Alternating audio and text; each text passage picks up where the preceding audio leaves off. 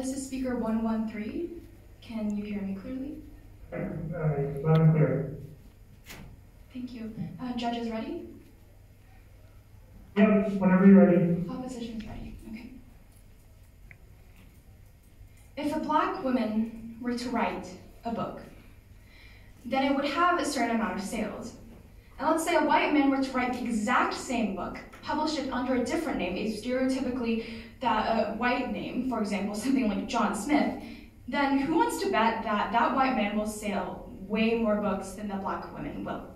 See, this is the reflection that we see in society today, not only in the social scopes, because on side proposition, we have argued this on social, in transnational examples, as well as in local governments. We see Trump and Obama's differences in their presidential campaigns, because yes, opposition, we do understand that they both ended up in the same place. They did end up in office as well. But what we're looking at when we're looking at meritocracy is how much effort they put in being proportional to what they achieved. Because we believe that the structural barriers that Obama had to overcome were in significantly a greater amount than what Trump had to do. Obama had to change his speaking style to appeal to a certain race, which is an immutable characteristic that we do not want to count as merit. And so we believe that, in fact, the side opposition burden is actually needing to prove that meritocracy can exist under the system that we currently have. We believe that they have been arguing by example throughout this entire debate, but in today's speech, I am going to be saying that even if we take their examples, why we still believe that we take today's debate. We also like to point out how there has been little to no engagement on our political substantive, which is 1/3 of our substantive, so we would ask side opposition to engage on that in their third speaker's speech. Now,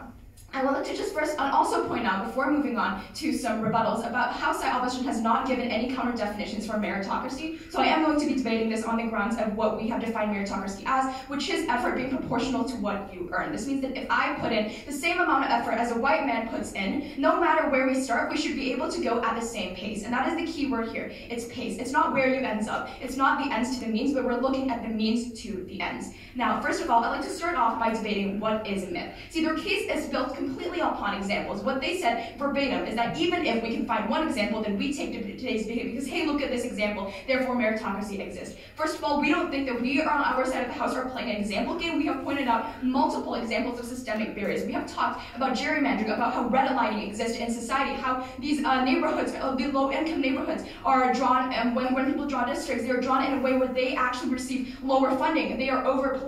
They have less educational funding, sticking people into a poverty cycle. This means that this groups of people have to put much more effort than someone who is born in a high-income neighborhood with adequate funding and adequate attention and adequate optics from the public would. And therefore, because we have shown multiple examples of systemic barriers, we believe that on our side of the house, we have not in fact been arguing by example. However, even if I say, okay, we can argue by example, and I'm just going to be saying, I would just like to point out how we don't think that the examples that your side of the house has given are any examples of meritocracy at all. Instead, the examples that your side of the house have given, these success stories, these rags to riches, are stories about people who have broken through the systemic barriers. I'd like to just reiterate, it's the means to an end, not the ends to the means. So yes, these people have succeeded, but my question is not looking at whether or not they succeeded. I want to look at what they had to do in order to succeed. Because I can bet you that the examples that side opposition has offered us today, these people had to go through much more effort than some other people would. Even if they both put in the same amount of effort, they might not end up in the same place. Because meritocracy is not talking about the end result of people's success, but instead talking about how much effort they put in. As I stated in my introduction about Obama and Trump, how they were running for president, but they had to do different means. Now, next up, I'd like to talk about how they were talking about the mechanisms against unmeritocratic ideals, how we have things like,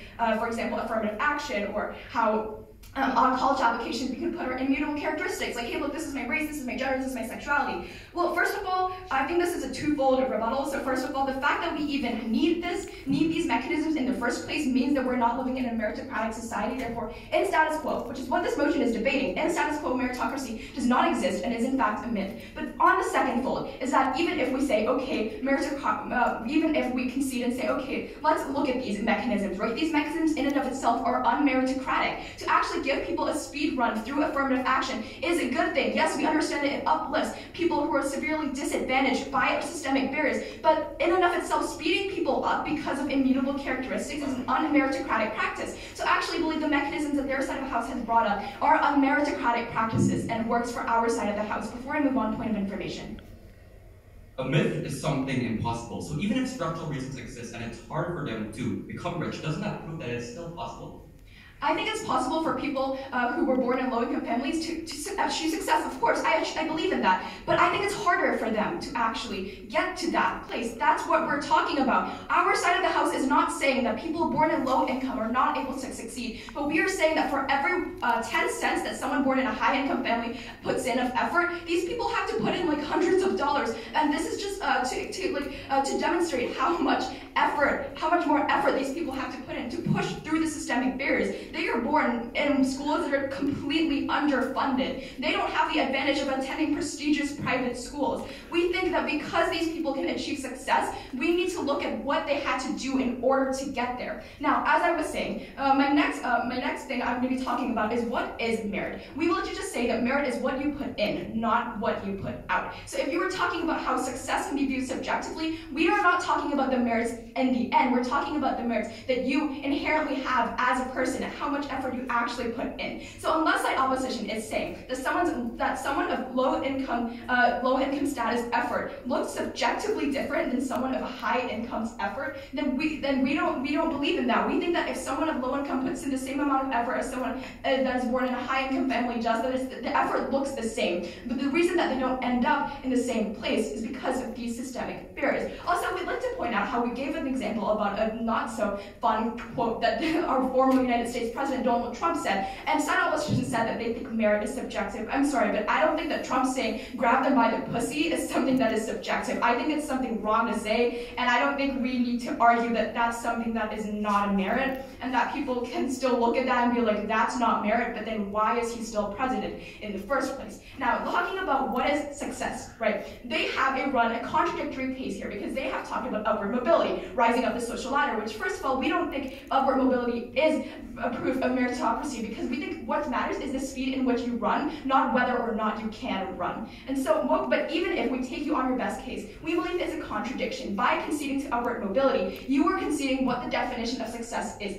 which is the same definition as on our side of the house. Their side has come up here and presented a case about how success can look like joys and feelings and all of the stuff that has been more relating to the motion of this House regrets and not the actual motion we're debating today. But because they have run this case, because you have conceded about upward mobility, then we believe that on both sides of a house, our definitions of success is the same. And it's basically what you earn by what you put in. Also, I'd just like to point out their example about capitalism and how it proves meritocracy. I'd just like to pose a question. Do you really think that sweatshops are meritocratic? And also simultaneously, if an employer can employ people based on their merit, then why are white people's resumes more likely to be read than someone who has a name that sounds foreign? Because unless side opposition is arguing that, okay, an employer can say that someone's race is their merit, then we don't believe that that is something that we want to argue for. We don't think someone's immutable characteristics is any way a merit. So because we have actually argued the motion that this House believes that it is a myth, we have shown, not played an example game, actually shown the underlying systemic barriers that exist,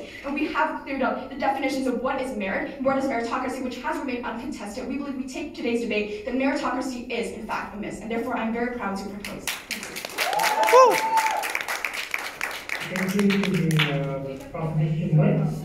We're now going to start our 1 minute before we head on to the opposition